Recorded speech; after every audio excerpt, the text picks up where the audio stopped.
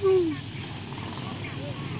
sinh tăng thế là nó là sao là tăng sinh tăng thế nhiều thì đâu qua nó sẽ tới mà.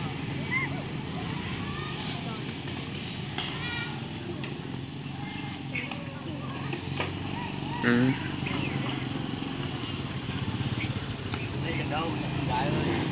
Không được đi lên xe mà.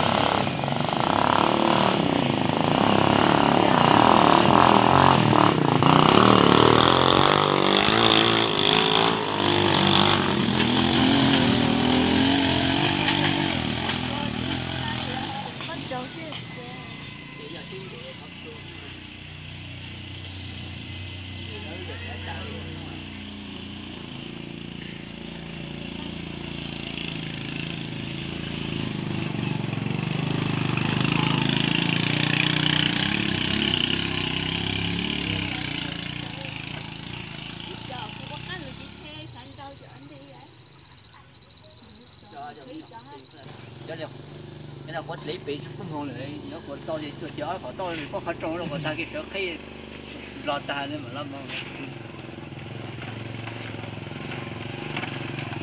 Không lên được mà không bảo con cháu. Ở đây nhỉ, nó không bảo từ dưới kia nhỉ. Mất công lên đây mệt.